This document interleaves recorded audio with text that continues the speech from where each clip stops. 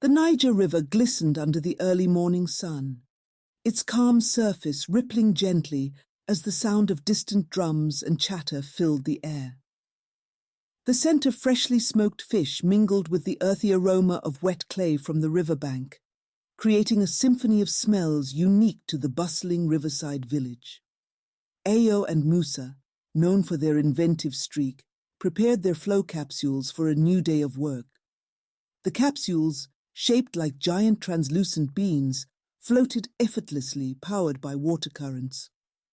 "How many fish do you think we'll catch today?" Musa asked, adjusting his cap.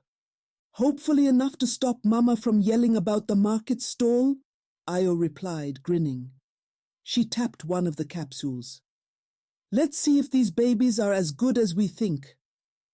Their younger cousin Zara peeked over a capsule. "What if we catch a crocodile instead?" Musa smirked. "Then you'll be in charge of taming it." Zara rolled her eyes. "You're lucky I like adventure." The FlowCapsules not only purified water, but also attracted fish by mimicking the river's natural currents. Each capsule created gentle swirls and eddies, imitating the way the river flowed during the rainy season, which naturally drew fish into their safe zones. It was as if the capsules whispered to the fish, "Come on in, the water's fine." This playful yet effective design kept the ecosystem thriving while amusing the villagers with its clever simplicity. Ayo demonstrated how to release the capsules downstream, where they would collect pollutants and return enriched water.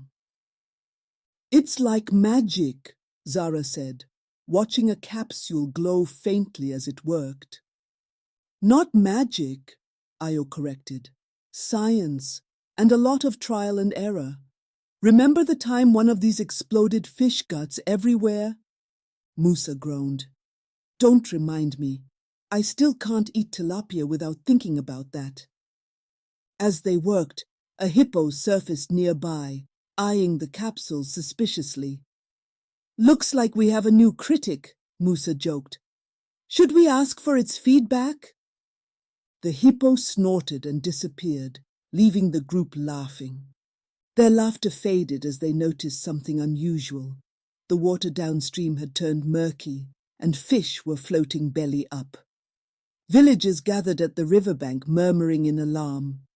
"This isn't normal," said Elder Amadou, his voice heavy with concern.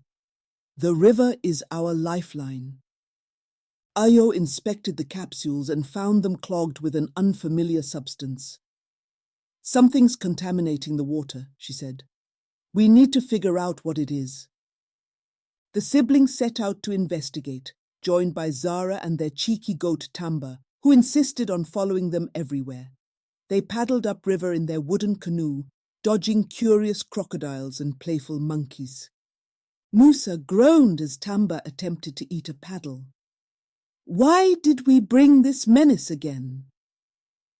"For moral support," Zara said, feeding Tamba a leaf, "and comic relief."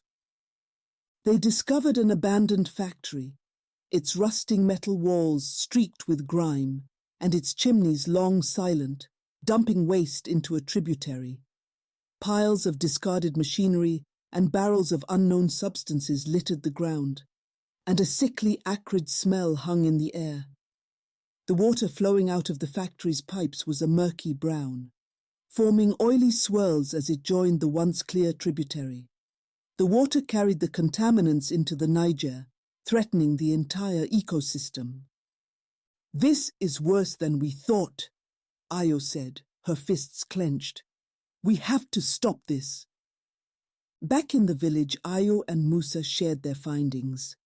Elder Amadou gathered the community, and they devised a plan to block the waste and restore the river's health. Villagers of all ages pitched in, weaving nets to trap debris and using traditional methods to filter water. "We've faced challenges before," Amadou said, his voice resolute. "Together, we will overcome this too." Even Tamba contributed by ferrying small tools in a basket strapped to his back. Of course, Tamba had his own agenda. often veering off course to nibble on a patch of grass or chase a curious butterfly. At one point, he accidentally dropped a wrench into the river, prompting Musa to exclaim, "Tamba, you're supposed to help, not sabotage." The villagers couldn't help but laugh as Tamba bleated unapologetically, looking far too pleased with himself. "Looks like the goat finally found his calling," Musa joked. Under cover of night, Ayo, Musa and Zara led a small team to block the factory's waste pipes. The operation was tense, with every creak of their canoe echoing in the darkness. At one point, Tamba let out a loud bleat, nearly giving them away. "Quiet, you traitor!" Musa hissed. With determination and teamwork, they clogged the pipes and left a note demanding the factory cease its activities. The next day, the FlowCapsules were redeployed, and the water's clarity began to return. Fish populations slowly recovered, and the villagers celebrated with a river festival. Children played near the banks, their laughter mingling with the sound of drums and singing. Ayo and Musa stood with Zara watching the festivities. "We did it," Ayo said, her voice filled with pride.